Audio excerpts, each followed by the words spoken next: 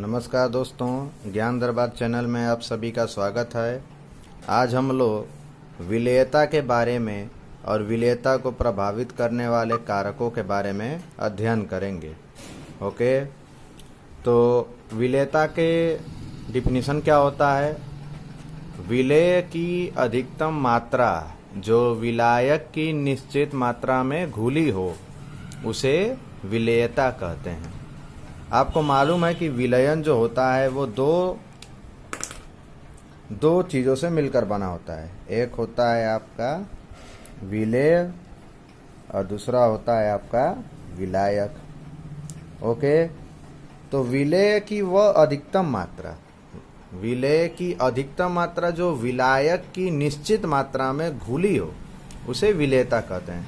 मतलब विलेय विलायक में जितना घुला होगा उसे ही हम क्या बोलेंगे? विलेयता कहेंगे। यानी विलेय की जितनी मात्रा विलायक में घुल सकती है उसे ही हम क्या बोलेंगे? विलेयता बोलेंगे। ठीक है, विलेयता को हम लोग ग्राम पर लीटर या मोल पर लीटर में व्यक्त करते हैं। यानी कितना ग्राम 1 लीटर में घुल चुका है या कितना मोल 1 लीटर में घुल चुका है, इसी में हम लोग विलेयता को प्रदर्शित करते हैं या व्यक्त करते हैं। ओके, अब बारी आती है विलेयता को प्रभावित करने वाले कारक। किसी भी चीज को जब आप घोलते हैं तो उसको क्या क्या चीज प्रभावित करती है, क्या क्या चीज उसके ऊपर इफेक्ट डालती है, तो वो 3 चीज हैं जिसके बारे में हम लोगों को पढ़ना है। पहला है विलेय एवं विलायक की प्रकृति। मतलब विलेय और विलायक कैसे हैं, इसके ऊपर भी ये बात डिपेंड करेगी कि विलेयता उसमें विलेय मतलब पदार्थ होगा कि नहीं होगा। ठीक है। दूसरा है ताप का प्रभाव। गर्मी बढ़ाने पर विलेयता घटती है कहाँ कहाँ बढ़ती है, इसके बारे में भी हम लोग पढ़ेंगे। और तीसरा है दाब का प्रभाव। यानी जब हम प्रेशर लगाते हैं किसी चीज को घोलने के लिए, विलेय करने के लिए, तो कैसे उसके ऊपर वो ये चीज इफेक्ट डालता है, इसके बारे में हम लोग पढ़ेंगे। ओके, तो मैं अब इसको मिटाने जा रहा हूं। आप इसका डिफिनीशन को आप चाहें तो लिख सकते हैं। ठीक है। ओके, तो अब मैं आगे बढ़ूं।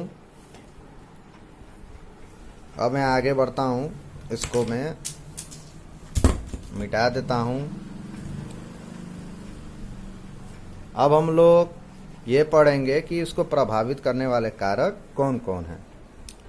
आप अपने बुक में देखेंगे कि लाइक डिजॉल्व्स लाइक, मतलब इसका मतलब ये है कि जो जैसा होता है उसी टाइप का उसमें जो विलेय पदार्थ होगा वो घुलेगा। ठीक है। अब आपको ये जानना जरूरी है कि विलेय और विलायक की जो प्रकृति होती है वो 2 टाइप की होती है। मतलब उनका जो नेचर होता है वो 2 टाइप का होता है। पहला होता है ध्रुवीय और दूसरा आपका होता है अध्रुवीय। ठीक है।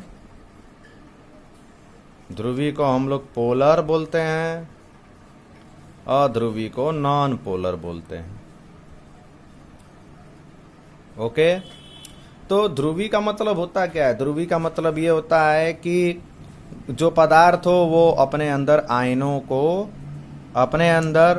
को अपने पास रख ले। ठीक है। जैसे कि हम H2O का एग्जाम्पल लेते हैं। H2O की जो संरचना होती है वो कुछ इस प्रकार से होती है। ओके, तो ऑक्सीजन जो होता है वो हाइड्रोजन से ज़्यादा विद्युत ऋणात्मक माना गया है, या आम भाषा में बोलें तो ऑक्सीजन जो है हाइड्रोजन के मुकाबले ज़्यादा ताकतवर है। तो ताकतवर होने पर ये इलेक्ट्रॉन को अपने तरफ खींचने लगता है। ठीक है। ऐसे ये इलेक्ट्रॉनों को अपने तरफ खींचने लगता है, जिससे इसके ऊपर माइनस चार्ज क्रिएट होता है और इसके ऊपर क्या आ जाता है? Plus charge. इसके ऊपर पार्शियल निगेटिव और इसके ऊपर पार्शियल पॉजिटिव चार्ज आ जाता है। तो ये क्या है? आपका ध्रुवी है। ध्रुवी मतलब जहां पर प्लस माइनस आ जाए। अध्रुवी कौन होते हैं? अध्रुवी मतलब जो अपने आयनों में टूटते नहीं है। जैसे जितने भी कार्बनिक यौगिक हैं, जितने भी कार्बनिक यौगिक हैं, जैसे बेंजीन, कार्बन टेट्राक्लोराइड, ओके, तो ये सब जो हैं ये अध्रुवी हैं, मतलब ये आयनों में जल्दी टूटते नहीं हैं। ठीक है, तो ये ध्रुवी और अध्रुवी का मतलब आप जान जाइए। ठीक है, अब ध्रुवी जो विलायक होते हैं, मान लीजिए ये भी विलायक है, पानी में भी घोलते हैं, पानी तो सार्वत्रिक विलायक है, और कार्बन टेट्राक्लोराइड भी विलायक है। ठीक है, अब H2O में अगर हम NaCl डालेंगे तो ये आसानी से घुल जाएगा। NaCl क्या हो जाएगा? घुल जाता है। क्यों घुल जाता है? क्योंकि NaCl भी क्या है? आयनों में टूटता है। सोडियम प्लस क्लोरीन माइनस, ये आसानी से आयनों में टूट सकता है। ठीक है, तो ध्रुवीय पदार्थ ध्रुवीय विलायकों में आसानी से घुल सकते हैं। और कार्बन टेट्राक्लोराइड विलायक है, तो इसमें हम क्या घोलेंगे? बेंजीन घोलेंगे। ठीक है, बेंजीन भी क्या है? अध्रुवी है, और कार्बन टेट्राक्लोराइड भी अध्रुवी है। तो अध्रुवी पदार्थ को अध्रुवी विलायक में ही घोल सकते हैं, और ध्रुवीय पदार्थ को ध्रुवीय विलायक में घोल सकते हैं। अगर आप बेंजीन को इसमें घोलेंगे तो नहीं घुलेगा, और NaCl को इसमें घोलेंगे तो नहीं घुलेगा। ठीक है, तो ये चीज़ याद रखना है कि जो हमारा विलेयता है वो विलेय और विलायक की प्रकृति पर डिपेंड करता है, इसके ऊपर डिपेंड करता है। अब विलेय या विलायक की प्रकृति दो तरह की होती है, ध्रुवी और अध्रुवी। ध्रुवी वो होते हैं जिसमें एक एटम ताकतवर होता है, दूसरे एटम कमजोर होते हैं, जिसके कारण जो ताकतवर होता है उसके ऊपर निगेटिव चार्ज, और कमजोर होते हैं उनके ऊपर पॉजिटिव चार्ज आ जाता है। अध्रुवी में ऐसा नहीं होता है।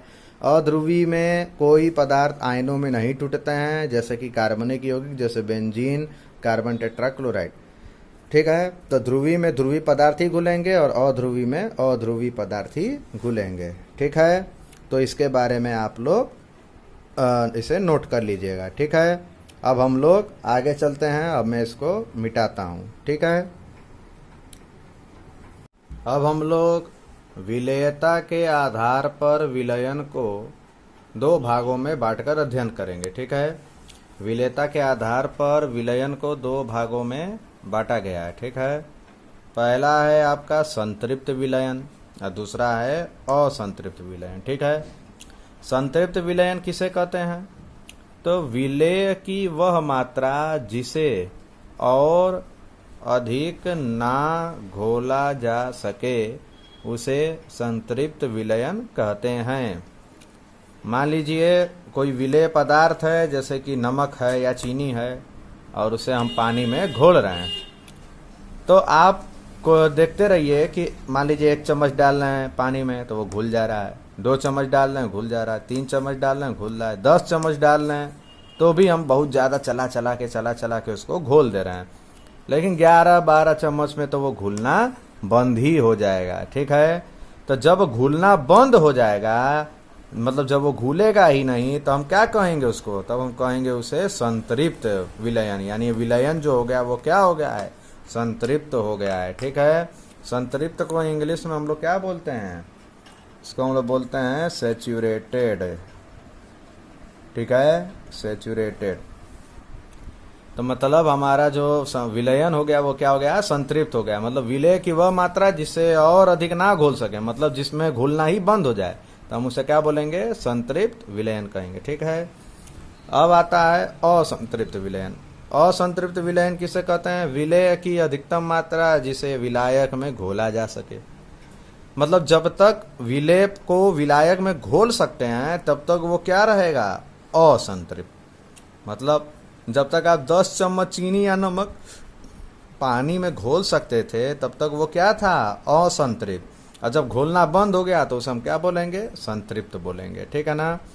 तो जब नहीं घुलेगा तो बोलेंगे सेचुरेटेड या संतृप्त विलयन, और जब घुलना बंद हो जाए मतलब विलय की अधिकतम मात्रा जिसे विलायक में घोला जा सकता है उसे असंतृप्त विलयन कहेंगे। मतलब जब तक घुल रहा है तब तक असंतृप्त, और जब घुलना बंद हो जाए उसे संतृप्त बोलेंगे।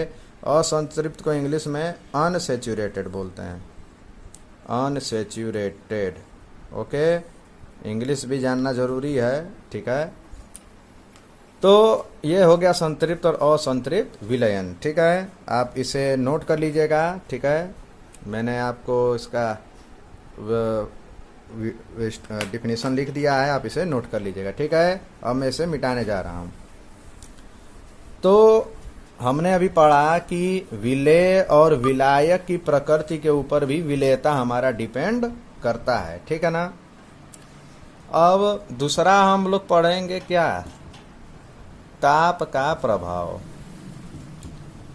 ताप का प्रभाव, ठीक है।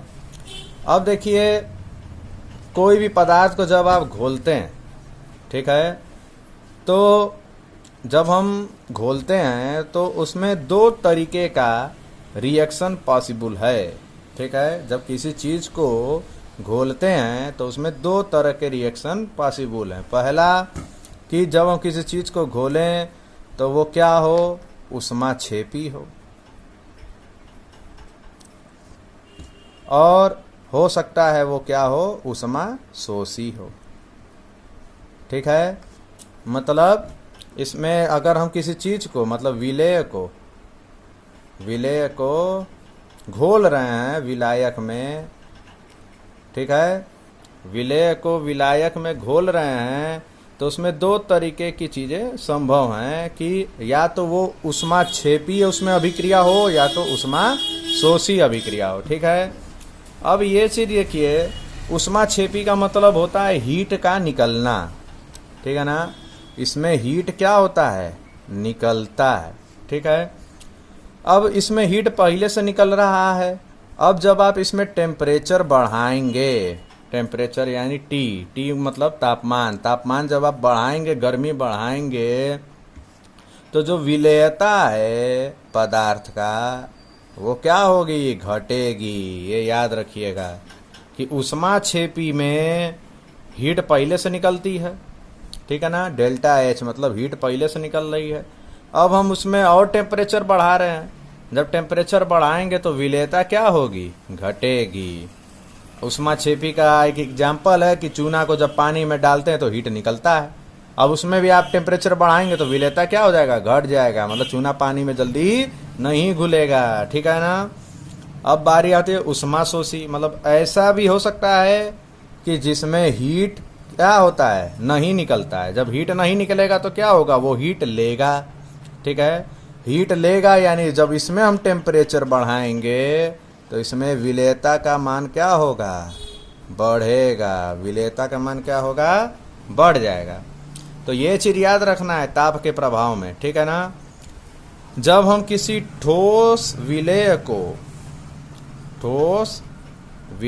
को विलायक में घोलते हैं, जलीय विलायक, ठीक है, जब हम ठोस विलेय को जलीय विलायक में घोलते हैं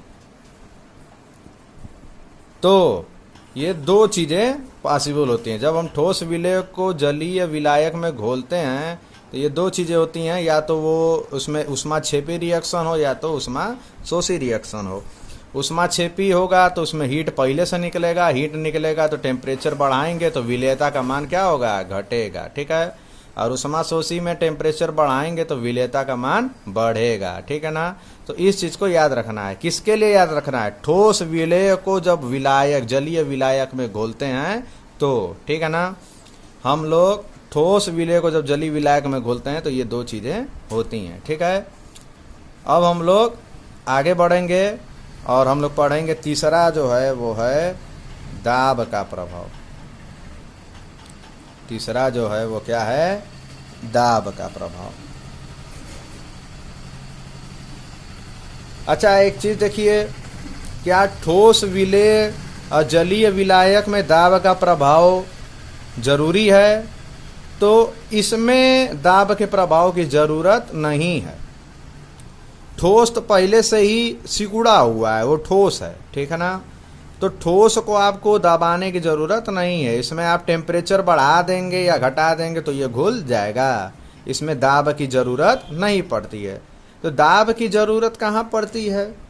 जब गैसीय विलेय हो, जब गैसीय विलेय हो, गैसीय विलेय को जलीय विलायक में घोलते हैं, जलीय विलायक में घोलते हैं, ठीक है।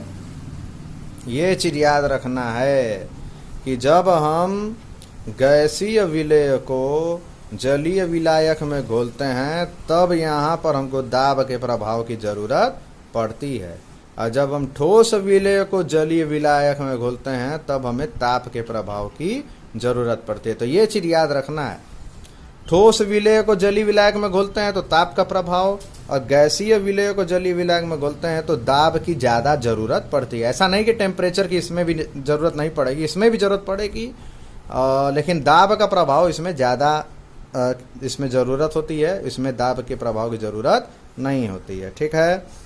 तो अब हम लोग दाब के प्रभाव का अध्ययन करेंगे। दाब के प्रभाव का अध्ययन करने के लिए हम लोग क्या पढ़ेंगे? हेनरी का नियम। क्या पढ़ेंगे? हेनरी का नियम।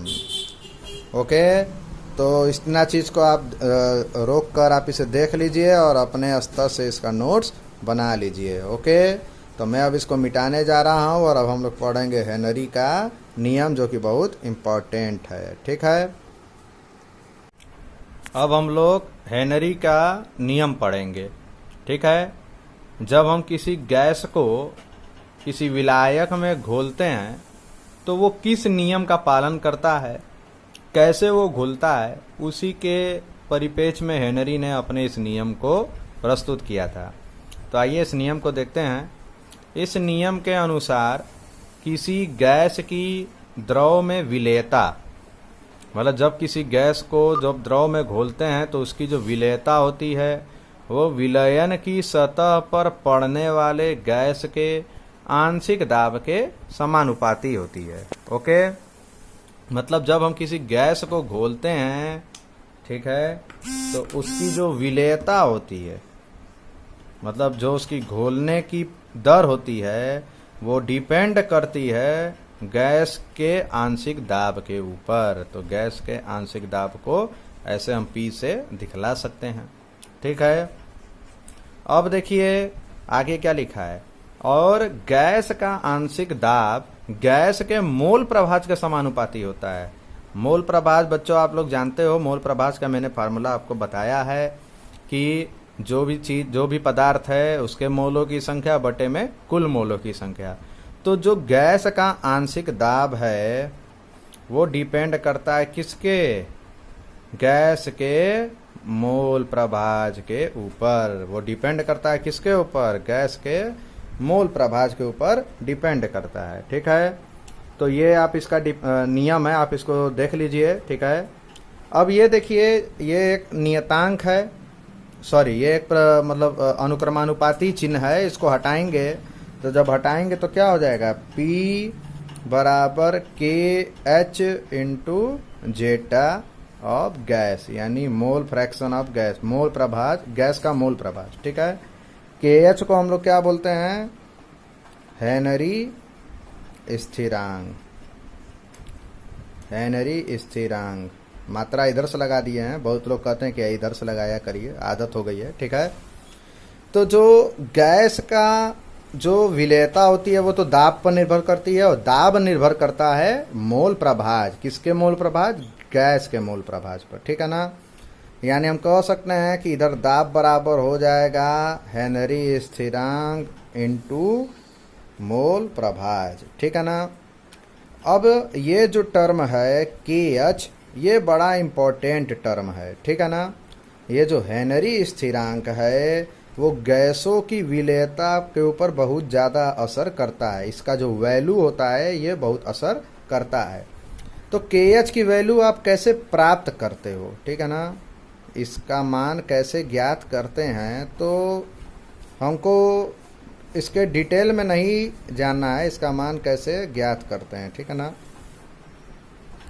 तो हमको KH का जो पूरा वैल्यू कैसे निकाला जाता है इसके ऊपर नहीं जाना है, ठीक है। हम लोग को इंटर में सिर्फ और सिर्फ KH जो होता है उसकी वैल्यू हमें दी रही होगी। अगर कोई सवाल देगा तो KH की वैल्यू दी रही होगी, या तो दाब दिया होगा या तो मोल फ्रैक्शन दिया होगा। तो KH की वैल्यू में हमको ज़्यादा उलझना नहीं है। हाँ, निकलता कैसे है, तो निकलता यहाँ से है कि यहाँ पर एक ग्राफ बनाते हैं, ठीक है, और ये गैस का दाब को प्रदर्शित करता है और ये मोल फ्रैक्शन को। तो जब मोल फ्रैक्शन यानी मोल प्रभाज का मान बढ़ता है, दाब बढ़ता है, तो ग्राफ का जो वैल्यू होता है वो कुछ इस प्रकार से बढ़ते जाता है। और इस ग्राफ का जो ढाल होता है, ठीक है ना, वो जो थीटा एंगल बना रहा है उस थीटा का वैल्यू हम लोग निकालते हैं, जिससे हमको हेनरी स्थिरांक का वैल्यू पता चल जाता है, ठीक है ना।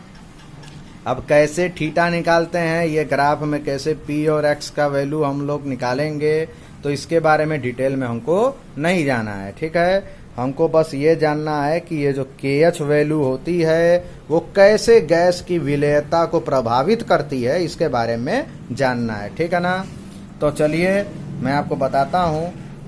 आप हमेशा याद रखिएगा कि जब टेम्परेचर बढ़ता है, ठीक है, जब टेम्परेचर बढ़ता है तो KH का वैल्यू भी बढ़ता है, ठीक है। जब तापमान बढ़ेगा तो हेनरी स्थिरांक का मान भी बढ़ेगा, और जब हेनरी स्थिरांक का मान बढ़ेगा तो मोल प्रभाज का मान घटेगा। गैस का जो मोल प्रभाज है वो क्या होगा, घटेगा। और जब गैस का मोल प्रभाज घटेगा तो विलेयता भी क्या होगी, घट जाएगी। विलेयता क्या होगी, घट जाएगी। ये इम्पोर्टेंट टर्म है, इसको ये याद रखिए आप लोग कि जब टेम्परेचर बढ़ेगा तो गैस का हेनरी स्थिरांक बढ़ेगा, और हेनरी स्थिरांक बढ़ेगा तो मोल प्रभाज का मान घटेगा, और मोल प्रभाज का मान घटेगा तो विलेयता भी घट जाएगी। ये चीज़ आप लोगों को इसमें याद रखना है। तो KH का जो वैल्यू होता है वो इस तरीके से प्रभावित पूरे सिस्टम को करता है, ठीक है। तो आप इसको देख लीजिए और इसको इसे नोट कर लीजिएगा, ठीक है ना। अब हम इसके ऊपर जो कुछ इम्पोर्टेंट प्रश्न होते हैं उसके बारे में अब हम लोग चर्चा करेंगे, ठीक है। तो मैं इसको मिटाने जा रहा हूं। अब हम लोग हेनरी के नियम का अनुप्रयोग पढ़ेंगे। जो भी प्रश्न होता है इसी में से आपका पूछा जाता है, ठीक है।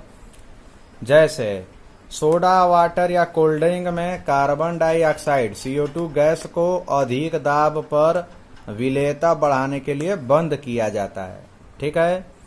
तो ये हेनरी का नियम का एक पहला प्रयोग है कि CO2 कार्बन डाइऑक्साइड गैस को सोडा वाटर में घोलने के लिए दाब को क्या किया जाता है, बढ़ाया जाता है। क्योंकि हेनरी ने ही बोला था कि यदि आप गैस के ऊपर ज्यादा दाब लगाएंगे तो वो गैस क्या होगी, आसानी से अपने जो विलायक है उसमें वो घुल जाएगी, ठीक है ना। तो CO2 गैस को उसमें घोलने के लिए, विलेयता बढ़ाने के लिए उसे हम अधिक दाब पर बंद करते हैं। फिर आपने देखा होगा कि जब भी हम कोल्ड ड्रिंक के बोतल को खोलते हैं तो उसमें से पूरा वो अपना जो वो लिक्विड होता है वो पूरा भर बाहर आने लगता है, ठीक है ना। तो वो क्यों बाहर आने लगता है, तो देखिए बोतल में जो पूरा विलयन है वो पूरा अधिक दाब पर है, अधिक दाब पर CO2 उसमें बंद रहता है। अब जैसे ही बोतल का ढक्कन खुलता है तो वो जो दाब होता है वो कम हो जाता है, ठीक है ना। दाब जब कम होने लगता है तो CO2 जो गैस होता है वो अपने सोडा वाटर को छोड़ करके बाहर आने लगता है, ठीक है ना।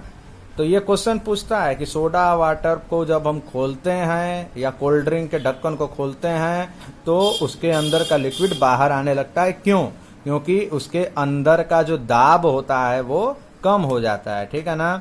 तो दाब कम हो जाता है तो जो विलेय गैस होती है वो पूरा का पूरा बाहर आ जाती है, ठीक है ना। तो जब इससे जुड़ा प्रश्न पूछे तो आप इसका यही उत्तर दीजिएगा, ठीक है ना। अगला जो है वो ये है कि गोताखोरी के उपकरणों में नाइट्रोजन के जगह हीलियम का प्रयोग ऑक्सीजन के साथ करते हैं, क्यों करते हैं, ये भी प्रश्न पूछ सकता है। ठीक है ना। तो देखिए इसके पीछे की कहानी को समझते हैं। पहले गोताखोर लोग होते थे, वो अपने सिलेंडर में पूरी हवा भरकर ले जाते थे और हवा में नाइट्रोजन के साथ साथ क्या होता था, ऑक्सीजन भी होता था। ठीक है। तो जब गोताखोर पानी के गहराई में जाते थे, ठीक है ना, तो गहराई में जब जाते थे तो प्रेशर जो होता है वो क्या होने लगता है, बढ़ने लगता है। ठीक है। तो जब प्रेशर बढ़ने लगता है तो ये जो नाइट्रोजन गैस है उसकी विलेयता भी क्या हो जाती है, बढ़ जाती है। प्रेशर बढ़ने पर नाइट्रोजन की विलेयता बढ़ जाती है। अब आपको तो मालूम ही है इंसान का शरीर ऑक्सीजन का प्रयोग करेगा, नाइट्रोजन का तो प्रयोग करता नहीं है। ठीक है। तो नाइट्रोजन जो है वो हमारे शरीर में यूज नहीं होता है। और जब गोताखोर पानी के ऊपर आते हैं तो ये गैस तो घुली होती नहीं है। ये गैस जब प्रेशर कम होता है तो शरीर के बाहर निकलने का प्रयास करने लगती है। और जब ये बाहर निकलने का प्रयास करती है तो हमारे शरीर में बेंड्स होने लगते हैं, यानी हमारा शरीर के अंदर ऐंठन आने लगता है। ठीक है ना। जब मेरा शरीर, हम लोग का शरीर ऐंठने लगता है तो उससे इंसान की मौत भी हो सकती है, इतना ज्यादा दर्द होता है। तो इसीलिए नाइट्रोजन गैस मतलब नेचुरल हवा में से नाइट्रोजन को हटा करके उसमें क्या भर दिया गया, हीलियम भर दिया गया। अब हीलियम की जो KH वैल्यू है, हीलियम सबसे हल्का गैस है और हीलियम का जो KH वैल्यू है वो सबसे ज्यादा होता है। आप इसको चाहें तो किताब में देख सकते हैं कि जो हीलियम का जो KH वैल्यू है वो सबसे ज्यादा है, बाकी सबकी क्या है, कम है। तो हीलियम की चूंकि बहुत ज्यादा है इसीलिए ये जल्दी घुलेगा नहीं। मैंने आपको बताया था ना कि KH की वैल्यू जिसकी जितनी ज्यादा होगी उसकी विलेयता उतनी कम होगी। तो हीलियम घुलेगा नहीं और बाहर भी आएंगे तो घुलेगा नहीं। तो हीलियम जब घुलेगा ही नहीं तो हमारे शरीर को कोई नुकसान नहीं पड़ेगा। ठीक है ना। तो इसीलिए गोताखोरी के उपकरणों में नाइट्रोजन के जगह हीलियम का प्रयोग ऑक्सीजन के लिए साथ करते हैं। ठीक है। और आपका लास्ट है कि ऊंचे पहाड़ों पर दाब कम होने पर, मतलब ऊंचे पहाड़ों पर लोग जाते हैं ट्रैकिंग करने तो सिलेंडर लेकर जाते हैं ऑक्सीजन का। तो क्यों ले जाते हैं, इसलिए ले जाते हैं क्योंकि वहां पर दाब कम होता है। और जब दाब कम होता है तो ऑक्सीजन की विलेयता कम होती है। ठीक है। तो जब ऑक्सीजन की विलेयता कम होती है इसलिए ऊंचे पहाड़ों पर लोग ऑक्सीजन का सिलेंडर लेकर जाते हैं। भाई दाब कम होगा तो विलेयता भी क्या होगी, कम होगी। विलेयता जब कम होगी तो क्या हम लोगों को ऑक्सीजन मिलेगा नहीं, शरीर में नहीं मिलेगा तो हम लोग धीरे धीरे बेहोश होने लगेंगे और मौत के मुंह में भी जा सकते हैं। इसलिए ऊंचे पहाड़ों पर लोग सिलेंडर भी ले जाते हैं। ओके। तो ये है पूरा हेनरी के नियम का अनुप्रयोग। आप इसको रोक करके आप इसका नोट्स बना सकते हैं और इसी से रिलेटेड बहुत सारे प्रश्न पूछे जाते हैं। एक और चीज़ है कि आपको मैंने बताया था कि जो टेम्परेचर जो है जब बढ़ता है तो KH की वैल्यू भी बढ़ती है। और जब KH मतलब हेनरी स्थिरांक का मान बढ़ता है तो उसकी जो विलेयता होती है वो क्या होती है, घटती है। जो भी गैस होती है उसकी विलेयता क्या हो जाती है, घट जाती है। तो समुद्र में जो जीव होते हैं, समुद्री जीव होते हैं, ठीक है ना, वो गर्म पानी में रहना पसंद नहीं करते हैं। समुद्री जीव जो होते हैं वो गर्म पानी में पसंद नहीं करते हैं, गर्म पानी में रहना पसंद नहीं करते हैं। क्यों नहीं करते हैं, ठीक है ना। ऐसा इसलिए क्योंकि जब टेम्परेचर बढ़ता है, ठीक है, तो KH की वैल्यू भी बढ़ेगी। जब KH की वैल्यू बढ़ेगी तो ऑक्सीजन की विलेयता पानी में कम होगी। भाई एक तो गर्मी भी लग रहा है, ऊपर से ऑक्सीजन भी नहीं मिल रहा है। जब ऑक्सीजन कम मिलेगा तो समुद्री जीव गर्म पानी में रहेंगे, नहीं रहेंगे। जब गर्म पानी में नहीं रहेंगे तो वो कहाँ भागेंगे, ठंडे पानी की तरफ भागेंगे जहाँ गैस यानी ऑक्सीजन जो है उनको भरपूर मिले। ठीक है ना। तो ऑक्सीजन जहाँ पर मिलेगा वहीं समुद्री जीव ना भागेंगे। इसीलिए समुद्री जीव गर्म पानी में रहना पसंद नहीं करते हैं क्योंकि वहाँ पर ऑक्सीजन की विलेयता कम हो जाती है। ठीक है ना। तो इसीलिए ये सारा जो अनुप्रयोग है आप इसे दिमाग में बैठा लीजिए, इसी से रिलेटेड क्वेश्चन पूछे जाते हैं। ओके, तो वीडियो देखने के लिए शुक्रिया, और वीडियो आपको अच्छी लगे तो अपने दोस्त मित्रों के साथ इसे शेयर करें, चैनल को सब्सक्राइब करना ना भूलें। ओके, धन्यवाद।